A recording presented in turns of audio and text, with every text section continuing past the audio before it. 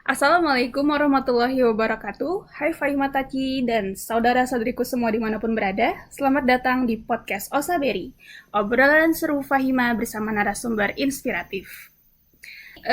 Fahima Taci, ini merupakan podcast pertama Fahima ya, yang merupakan bagian dari program Ajisai.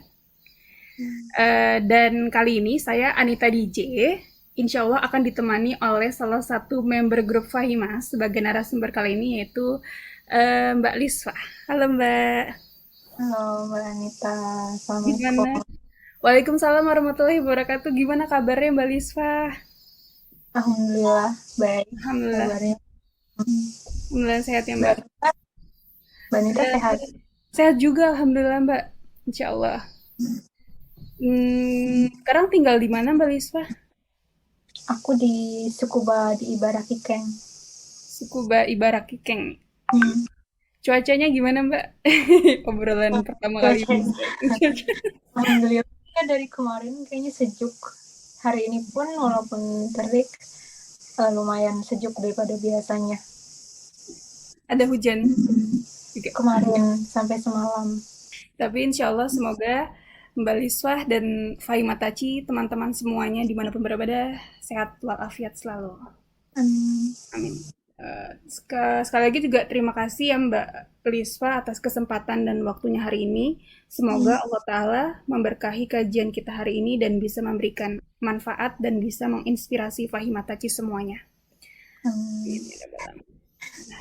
Berkaitan dengan judul kajian hari ini Mbak tentang kejepangan dan juga Hmm. tentang gimana sih kita mau mengejar mimpi di negeri Sakura. Hmm. Mungkin bisa perkenalan dulu kali ya Mbak Liswah. Iya, apa aja nih yang harus dikenalkan? Mungkin bisa dikenalkan dulu Mbak Liswah itu sekarang tinggal di mana, terus abis itu sekarang sedang menjalani apa di Jepang dan status keluarga dan atau alasan apa datang ke Jepang gitu Mbak. Hmm. Iya, eh sebelumnya perkenalkan, saya Lisfatul Fatina. Tapi biasanya teman-teman Indonesia panggil saya Lisfa. Tapi kalau teman-teman Jepang, biasa panggil saya Fatina karena Lisfa itu susah ya diucapinnya ya, pakai apa pengucapan Jepang itu kayak susah banget. Jadi Fatina itu. Terus di sini saya lagi belajar master, insya Allah. Master di programnya adalah Disability Sciences. Tuh, Disability Sciences itu tentang disabilitas individu berkebutuhan khusus gitu. Di sini saya belajar tentang pengembangan kurikulum dan kesejahteraan itu, inclusive curriculum and welfare for disabilities. Itu jadi kesejahteraan dan inklusif kurikulum untuk disabilitas, khususnya yang dewasa, kurikulum di universitas contohnya itu.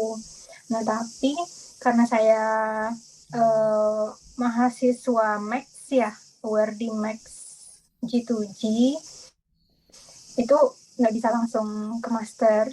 Sebenarnya karena sensei sih yang minta saya jangan langsung ke master, tapi ini sudah 1 tahun research student. Insya Allah Oktober nanti ujian masuk untuk menuju master, doain ya semoga lulus. Amin amin ya rabbal alamin. Iya, itu kurang lebih. Sekarang tadi udah disebutin belum sih universitasnya? Oh belum belum belum Mbak. Belum, ya ngambilnya itu di University of Tsukuba, di Tsukuba Science. Ya, terus kalau awal mulanya gitu Mbak, proses bagaimana sih caranya bisa dapat kesempatan research students dan Max itu gimana awalnya Mbak? Awal mulanya, awal Hmm. mulanya panjang, prosesnya berapa tahun ya? Proses datang ke Jepang itu baru ya, baru November 2021, jadi belum genap 1 tahun sebenarnya. eh, Prosesnya itu dari tahun 2017. Iya, lama banget. 2017 itu cari-cari beasiswa, karena 2017 itu saya baru ngajar 2 tahun di Indonesia.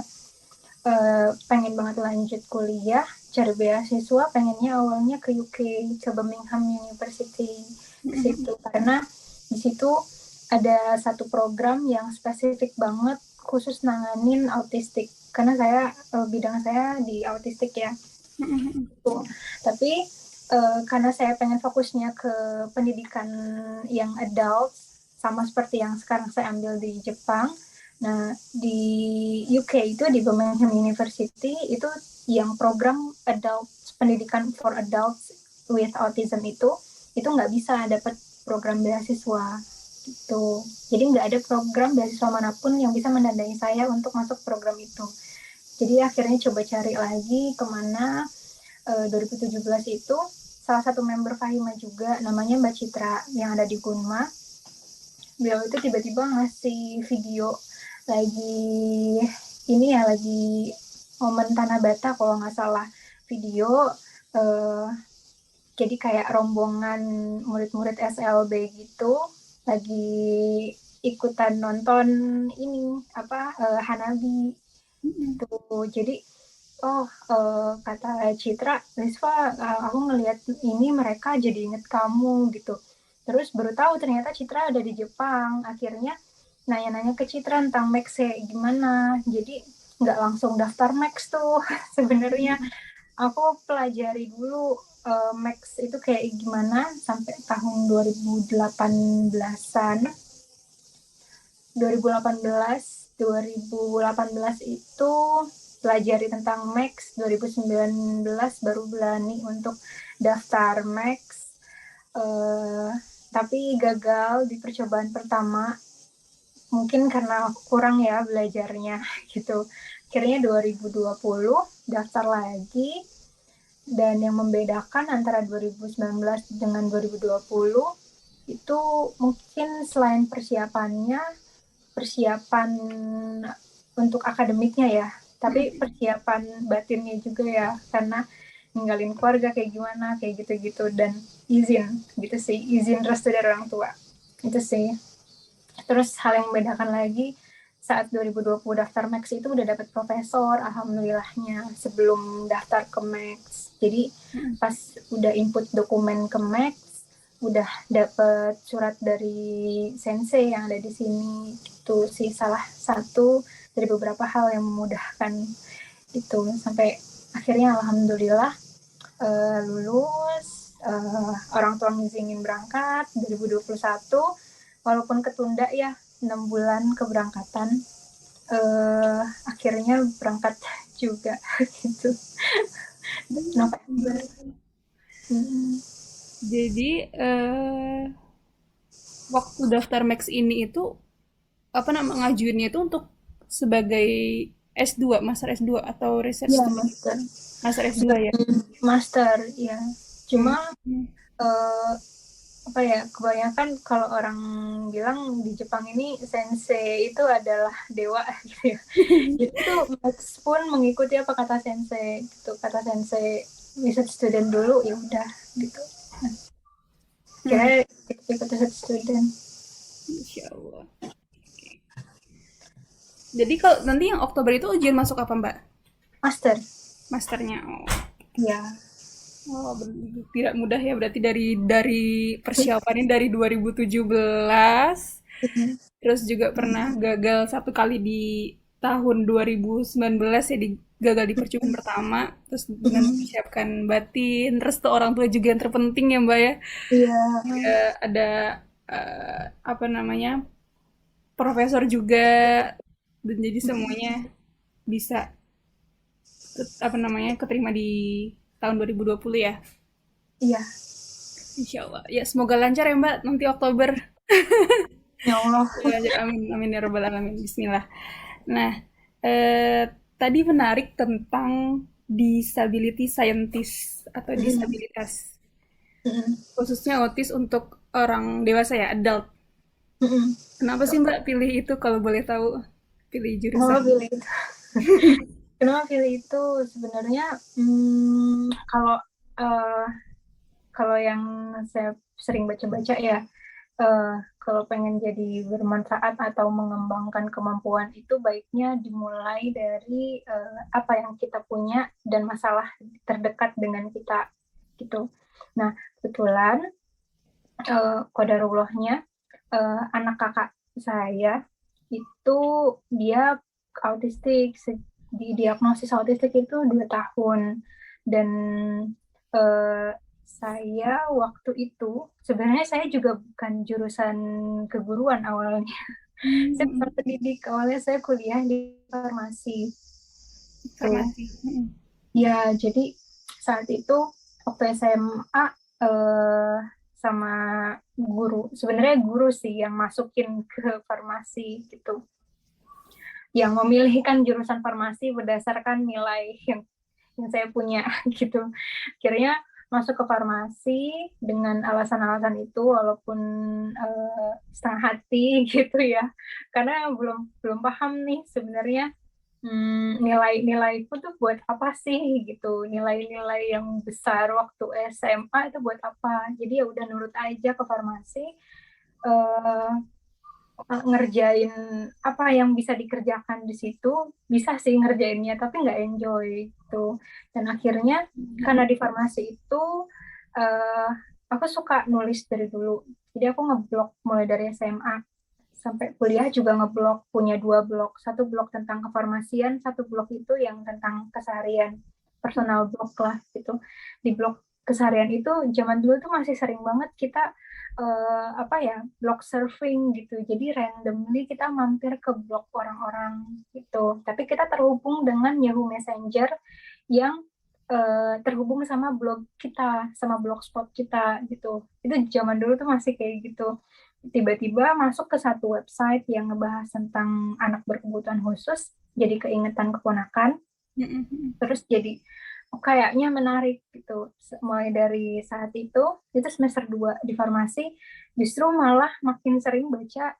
buku-buku tentang gangguan-gangguan ke anak gitu terus mereka ternyata makin menarik karena faktornya banyak juga ya gitu dari neurologis dari genetis terus dari hal-hal lain gitu jadi malah makin sering belajar tentang gangguan pada anak daripada tentang kefarmasiannya. Akhirnya uh, coba berpikir lagi gitu, kenapa jadi tertarik dengan ini? Oh iya, kayaknya karena udah mengenal dunia ini dulu tanpa disadari gitu dengan adanya keponakan.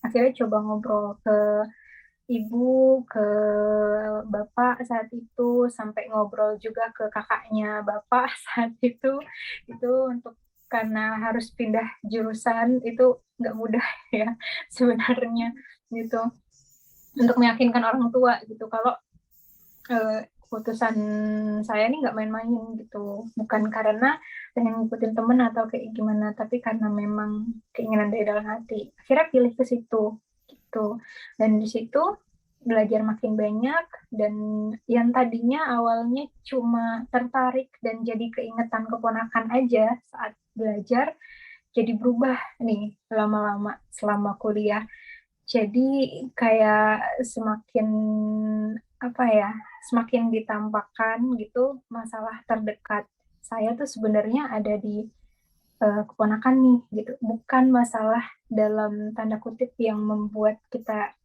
jadi tidak nyaman ya, tapi saya punya masalah terdekat yang saya bisa bantu, yang bisa saya selesaikan, coba selesaikan gitu, bantu keponakan dan kakak.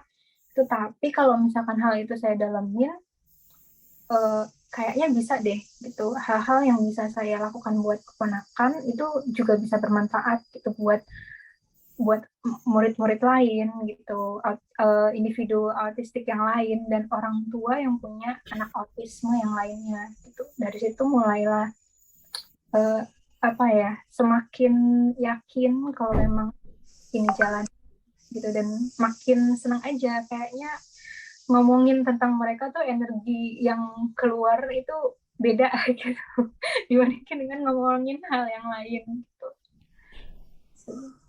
Insya Allah, Insya Allah, Kak. Jadi pindah jurusan ya dari farmasi ke Mm-mm. Disability kayak pendidikan khusus. Iya, kalau di Indonesia namanya pendidikan khusus ya. oh pendidikan khusus. Iya, iya, iya. Itu sempat apa namanya langsung ganti universitas gitu apa maksudnya ganti jurusannya di universitas yang sama juga atau Beda. beda Jadi ya? sejak bilang ke orang tua dan orang tua izinin, itu saya langsung belajar. Belajarnya double, belajar di farmasi juga sambil belajar persiapan untuk ikut ujian. Tuh, Oh, Masya ujian Allah. seleksi. Iya, iya, iya.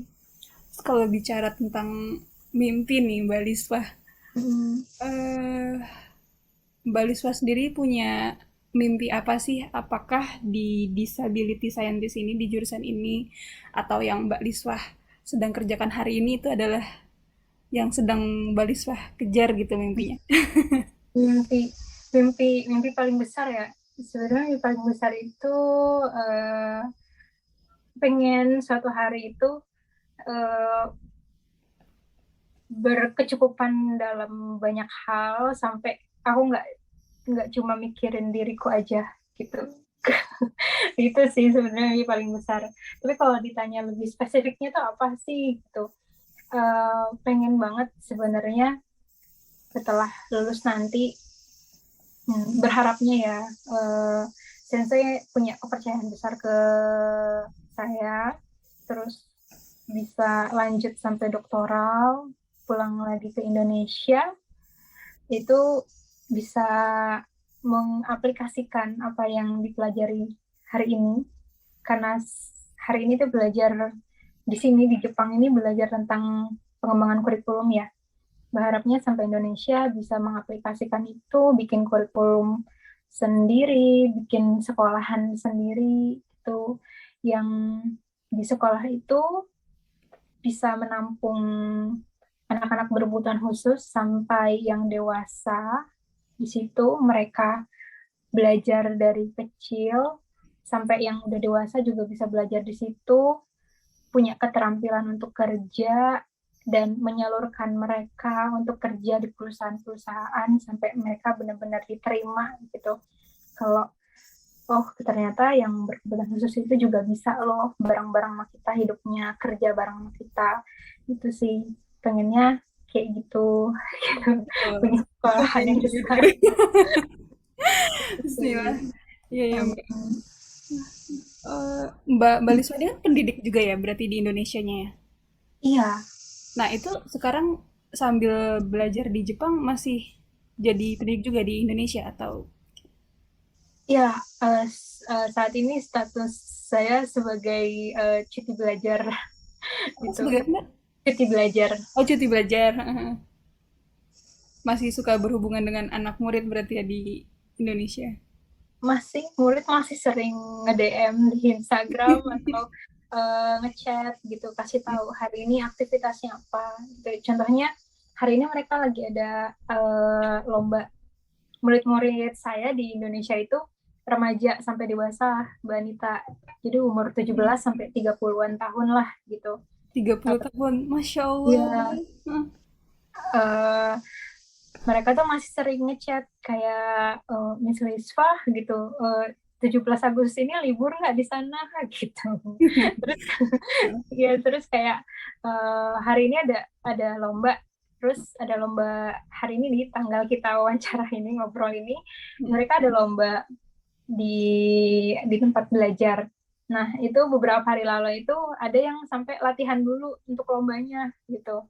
Latihan dulu itu mereka foto dan bilang, Miss Mispa saya lagi latihan. Latihannya itu latihan masukin sumpit ke dalam botol. Hal kecil kayak gitu gitu. Tapi diceritain itu apa ya, menyentuh banget sih. Jadi kayak bikin adem gitu.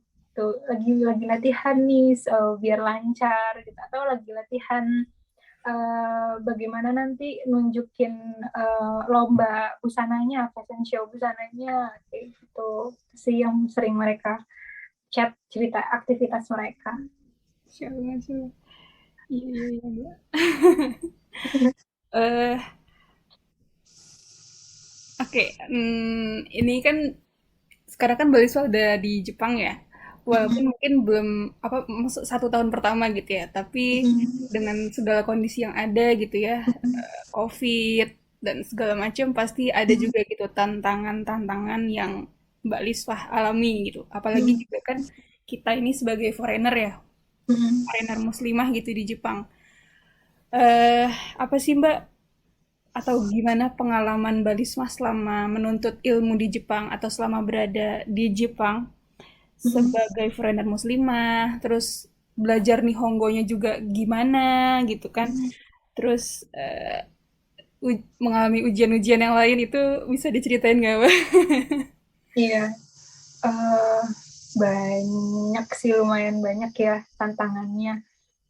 Yang pasti mungkin bukan cuma yang pelajar aja gitu, yang bukan pelajar juga nemuin tantangan yang sama, mulai dari eh, lingkungan kota tempat tinggal itu cukup muslim friendly nggak sih gitu, apakah cukup muslim friendly atau tidak, terus teman-temannya kayak gimana gitu, punya pemahaman tentang muslim atau enggak gitu. Nah, alhamdulillahnya untuk hal yang itu, tentang kemuslimahan di Tsukuba khususnya, alhamdulillah itu nggak terlalu butuh banyak effort gitu.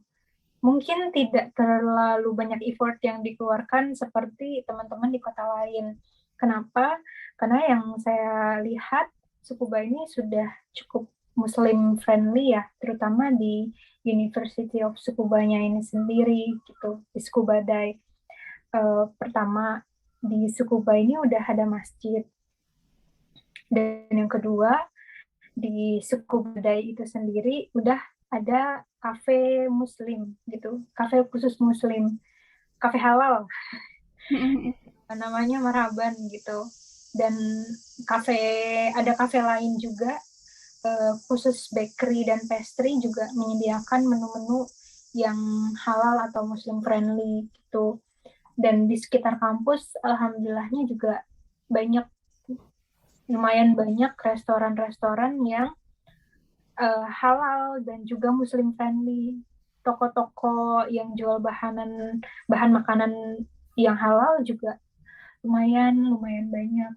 Tuh, adalah pilihan 2 sampai 3 pilihan, itu udah termasuk banyak kan ya kalau di Jepang dalam satu kota Betul-betul. gitu. Iya, itu sih. Itu tentang kemusliman ya. Terus yang kedua, tantangannya itu sebenarnya selama masa pandemi ada untungnya, ada enggaknya juga sih kadang. Kalau saya pikir untungnya, eh, mungkin kita nggak terlalu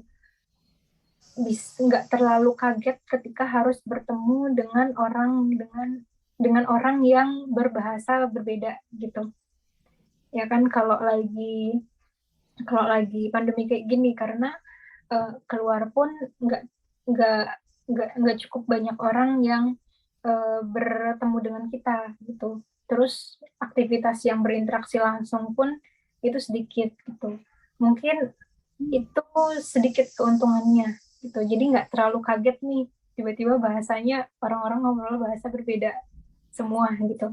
Tapi jadi nggak untung juga sih kalau menurut saya hal itu, karena kita jadi minim banget latihan untuk ngobrol pakai bahasa Jepang ya, terutama untuk teman-teman yang memang punya target bisa berbahasa Jepang dengan lancar gitu. Termasuk saya juga punya target bisa Nihongo lancar gitu. Sedangkan setiap hari mulai dari sejak di Indonesia itu belajar Nihongo tiap hari, ada kelas, dapat kelas Nihongo dari kampus itu setiap hari dengan tugas yang banyak. Sampai Jepang juga kelas Nihongonya malah nambah gitu, tugasnya juga makin nambah, tapi kemampuan bahasa Jepangnya nih nggak keasa-asa karena pandemi ya, nggak ketemu orang gitu.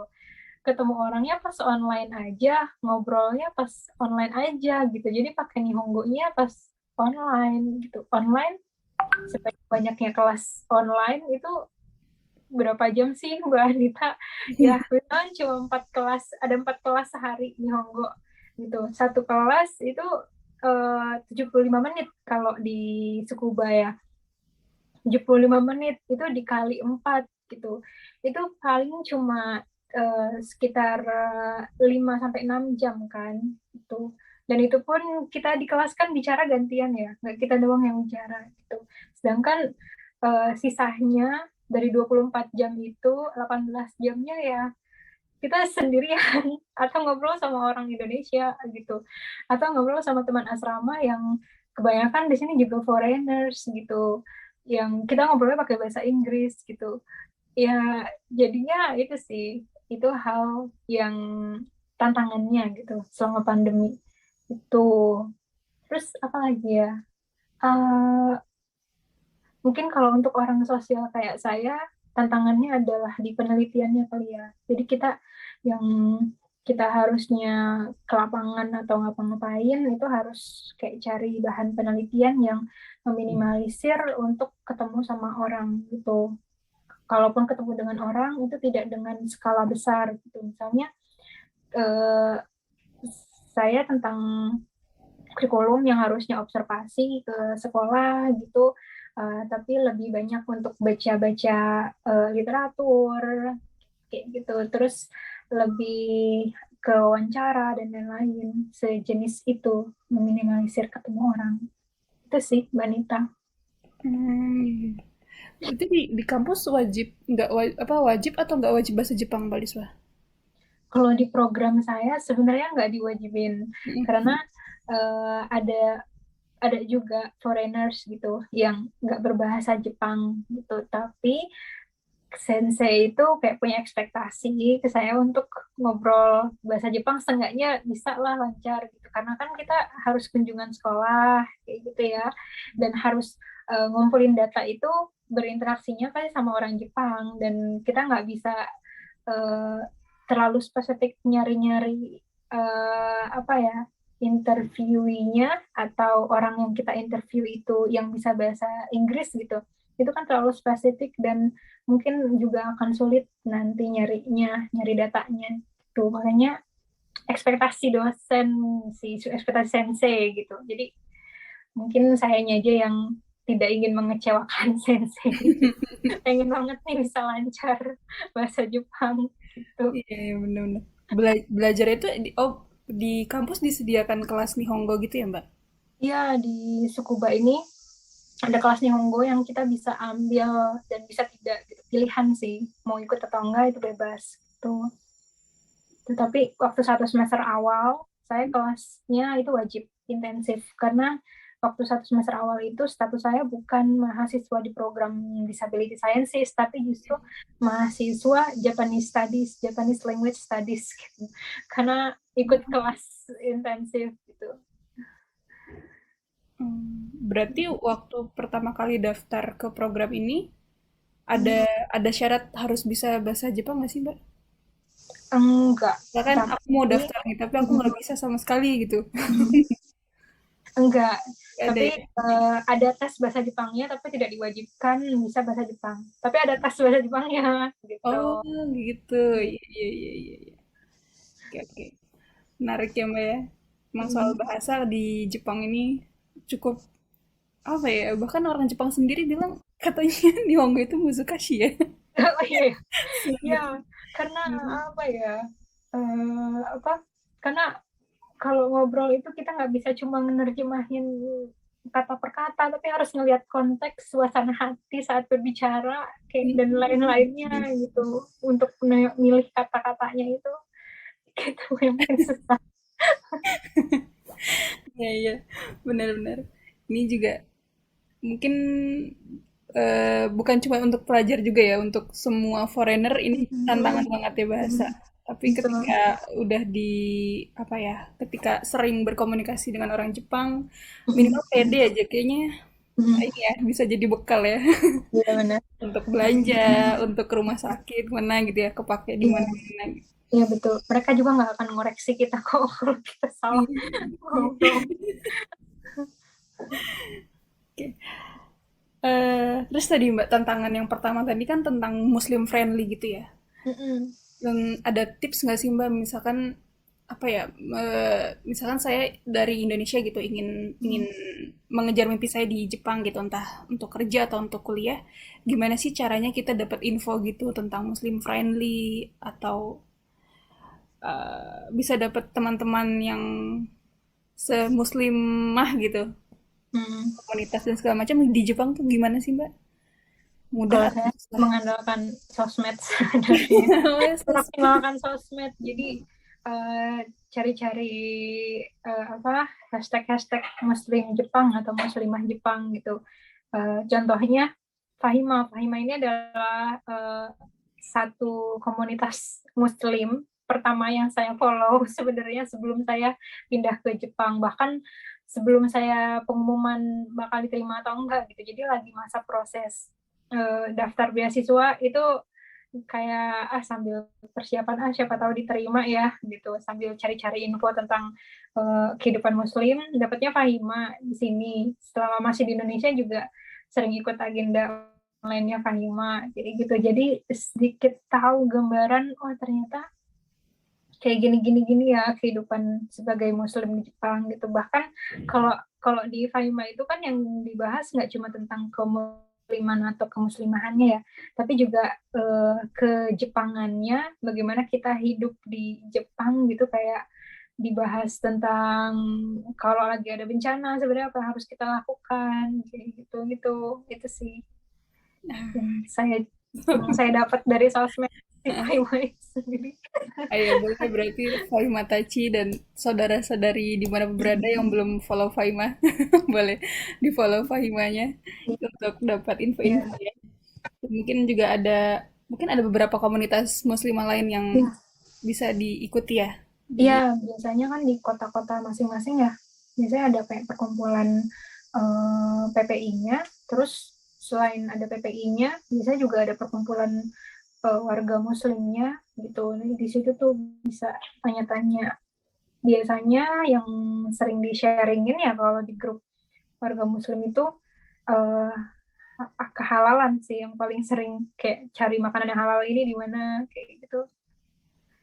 Yang makanan halal, betul-betul Mhm. masjid gitu ya. Iya, Kebetulan tapi kalau tempat Mbak Riswa dekat masjid ya di Sukuba.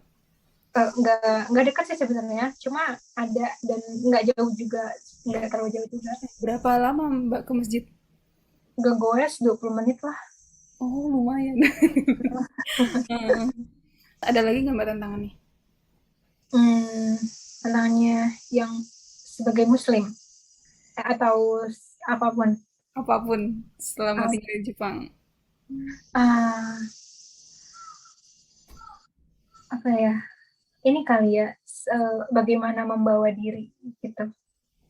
Itu Hmm, sih tantangannya, karena sebagai muslim ya, terutama perempuan dan yang berhijab, itu yang paling menonjol secara physically ya, appearance gitu, secara penampakan. Tuh, dan di sini apa yang kita lakukan, kita kan nggak bisa mengontrol apa ya, pikiran orang ya gitu. Yang kita kontrol adalah diri kita sendiri kan, perilaku gitu kita.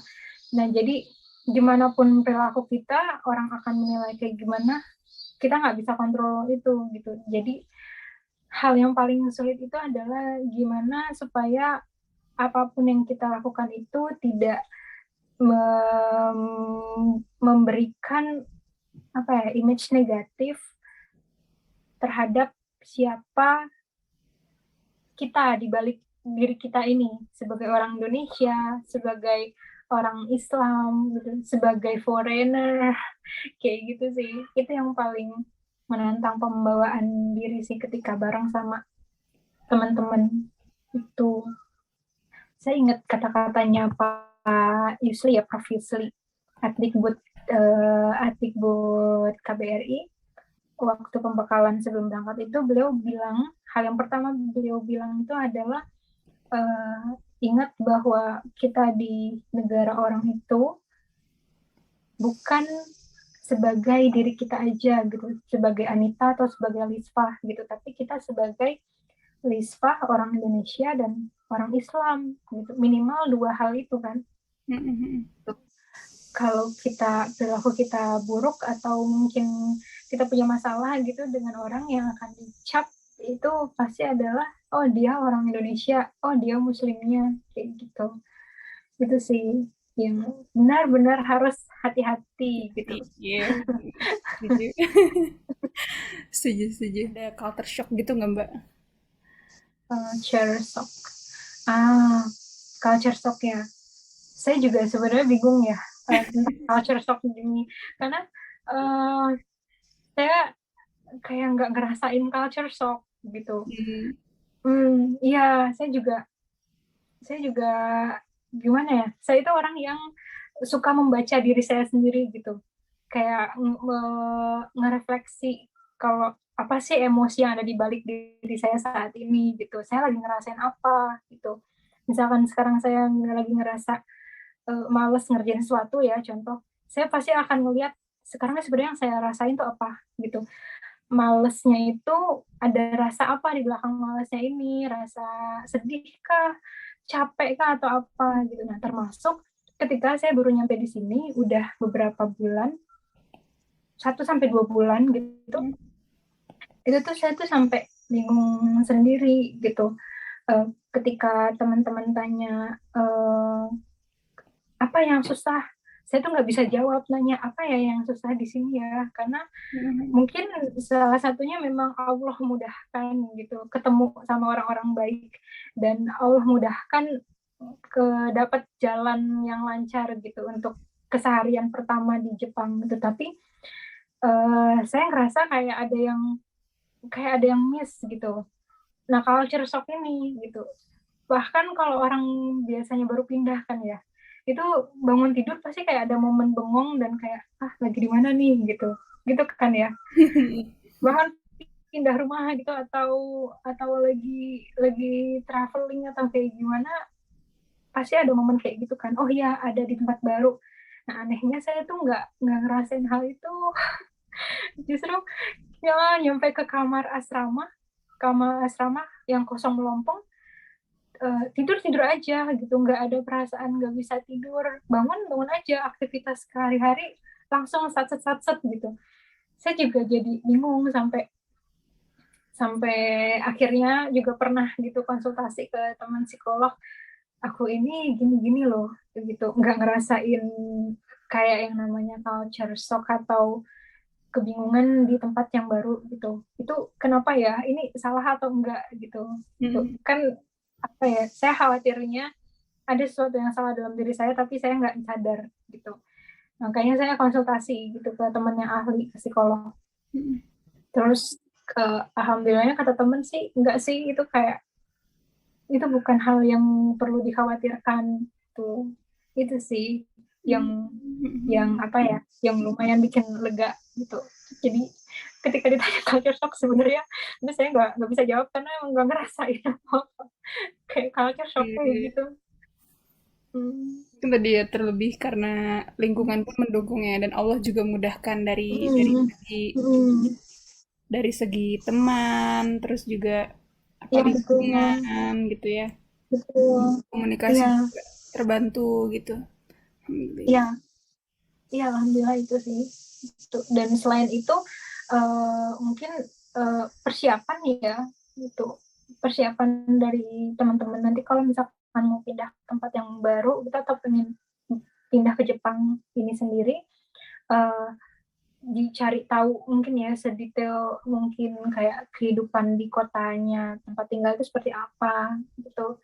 Terus misalnya mau tinggal di asrama ataupun tinggal di apato, culture di apato dan asrama itu kayak gimana, terus apatonya tuh kayak gimana gitu, atau asramanya tuh kayak gimana biasanya orang-orangnya kayak gitu, dan peraturan-peraturan di dalamnya itu sih. Dan alhamdulillahnya kalau di Tsukuba sebelum berangkat, mungkin di universitas lain juga ya, itu kami kan dikasih tahu foto-foto atau asrama tempat kita tinggal tuh kayak gimana gitu, dan peraturannya semuanya di Jepang ya itu kan udah lengkap ya.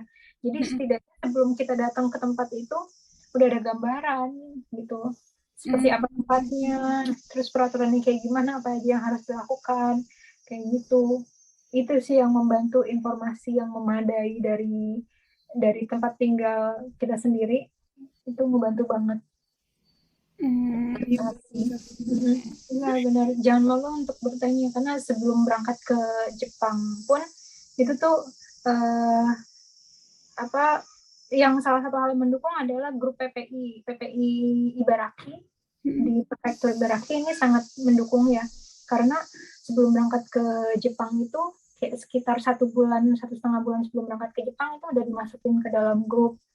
Terus di situ pun dikasih tahu kan nanti ditanya mau tinggal di mana, barang-barang udah ada atau enggak gitu, karena saat kami datang itu bertepatan dengan banyak yang pengen BFG kan, back for good gitu, yang selesai studinya gitu, jadi barang-barang lungsuran gitu juga dikabarin di grup. Itu ngedukung banget sih, kayak nanya hal kecil kayak ada yang punya hair dryer nggak buat nanti gitu kalau saya udah nyampe Jepang. Nah itu tuh hal kecil kayak gitu tuh jadi ngebantu banget, karena dari nanya hal kecil jadi kenal sama orangnya, ngobrol lebih banyak, jadinya nggak semuanya merasa jadi lebih sendirian juga mudah. ya. Iya itu jadi nggak harus sendirian. Masya Allah, the power of tanya-tanya Iya, dan malu untuk bertanya. silaturahim. Berarti ini nanti setelah ujian masuk ini masih ada berapa tahun lagi Mbak di Jepang? Oktober ujian masuk, Heeh. tapi nanti kuliah saya itu April. Kuliahnya April tahun depan. Mm. Iya, jadi misalnya insya Allah lulus Oktober ini, jadi saya masih lanjut research student sampai April. April itu 2023 ya, sampai 2025 itu nanti lanjut, nanti selesai S2-nya insya Allah. Tuh, tapi belum tahu nih gimana ke depannya gitu, karena kebanyakan sensei di sini mendorong kita untuk lanjut ya ke S3, terutama di Tsukuba ya. Contohnya waktu 2019, Mm. 2019 itu belum daftar beasiswa kan ya.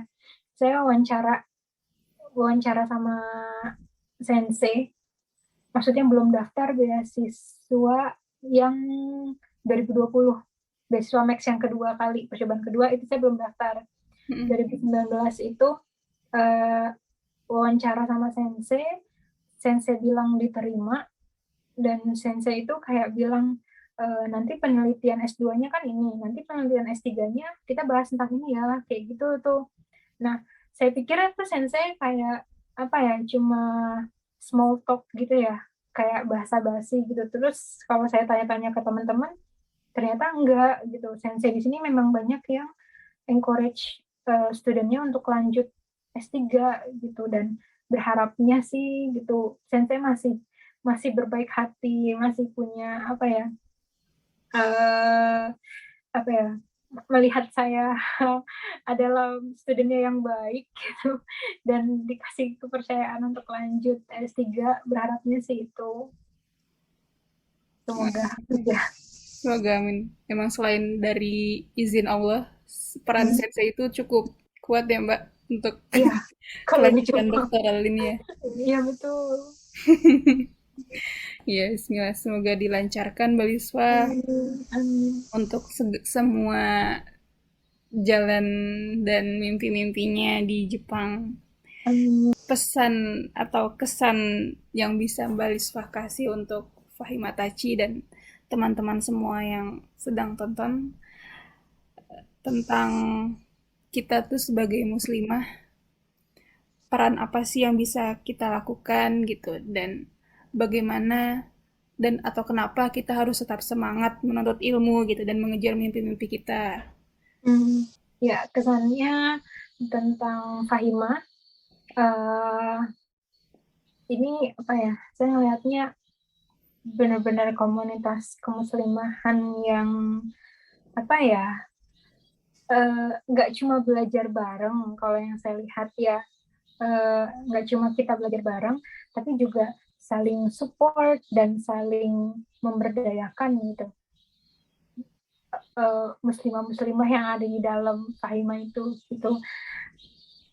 memberdayakannya beda sih kalau saya lihat, kayak beda dibandingkan dengan komunitas kemuslimahan yang lain gitu, karena di Fahima ya yang paling saya kagum adalah kalau ikut seminarnya atau webinarnya Fahima, itu benar-benar advance banget gitu, apa-apanya mulai dari awal sampai akhir, dari PPT-nya aja itu udah apa ya, udah wah ini pro banget gitu, kayak bukan ecek-ecek gitu, padahal di dalamnya itu bukan perempuan-perempuan yang nggak ada kerjaan gitu kan ya, ada mahasiswa juga, ibu rumah tangga yang ngurusin anak dan suami, tapi tuh wah semuanya dikerjakan dengan profesional, dan masya Allah kayak hebat ya teman-teman Fahima. Sampai saya tuh waktu kemarin rekrutmen itu pengen daftar, tapi rasanya tuh kayak minder gitu, kayak nanti dia belum siap, kayaknya orang-orangnya tangguh kayak gitu. Amin, Jadi amin. pesannya ke Fahima, pesannya buat Fahima Tachi, sister-sister Tachi yang ada di Fahima di Jepang, ataupun mungkin yang nonton di luar Jepang gitu, sebagai muslimah itu kita harus bangga. Kenapa? Karena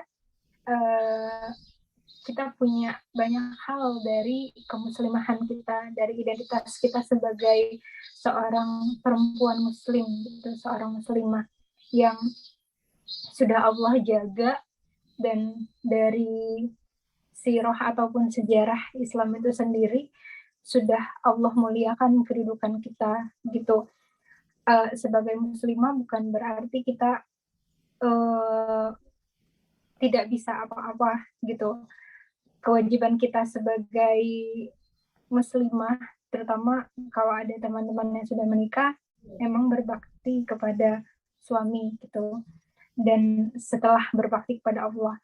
Tapi selain itu kita juga bisa tetap bermanfaat dengan dukungan orang-orang terdekat kita. Kalau yang belum menikah, dengan dukungan orang tua, yang udah menikah ya dengan dukungan suami gitu.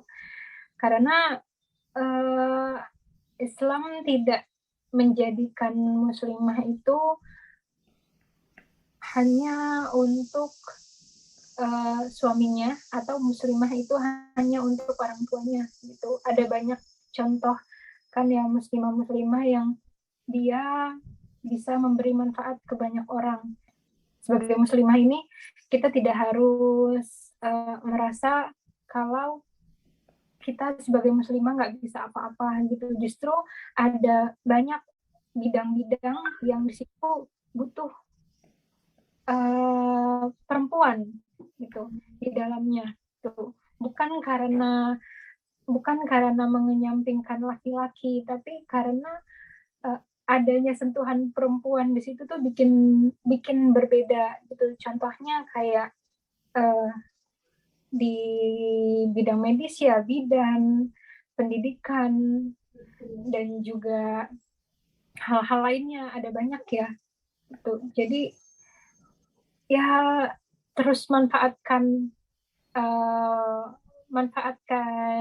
apa yang kita punya, keterampilan sekecil apapun yang kita punya gitu, karena sekarang banyak ya keterampilan-keterampilan yang bisa dilakukan nggak harus keluar rumah, kayak desain, terus video editing, content creator, itu nggak harus keluar rumah, dan jadi content creator nggak harus menunjukkan wajah gitu. Kalau misalkan ada muslimah yang enggan menunjukkan wajah atau suaranya gitu di sosial media gitu, dan bikin konten yang bermanfaat itu nggak harus nunjukin wajah sama nunjukin suara kan Bisa gitu. nulis juga ya, kayak di Iya, blog yang bisa Mbak bisa menulis lakukan. juga, ada banyak banget sebenarnya yang bisa kita lakukan itu, asalkan kita mau membuka diri dan mau belajar gitu sih Mbak Anita. Insya Allah. Ya, ini pesannya sungguh menyentuh ya Mbak Liswa. Mudah-mudahan bisa menginspirasi kita semua nih, Fahim dan teman-teman dimanapun berada. Mungkin sudah waktunya kita harus selesai, walaupun sebenarnya saya masih pengen banyak mendengar cerita-cerita dari Mbak Liswa. Semoga nanti bisa bercerita lagi di lain waktu ya Mbak. Terima Iya, kasih banyak iya. atas sharing pengalamannya, sharing mimpinya, dan sharing-sharing ceritanya. Mohon maaf apabila ada kesalahan dari saya, juga dari Mbak Lisfah. Kita akhiri dengan Alhamdulillahirabbil alamin. Assalamualaikum warahmatullahi wabarakatuh. Waalaikumsalam warahmatullahi wabarakatuh.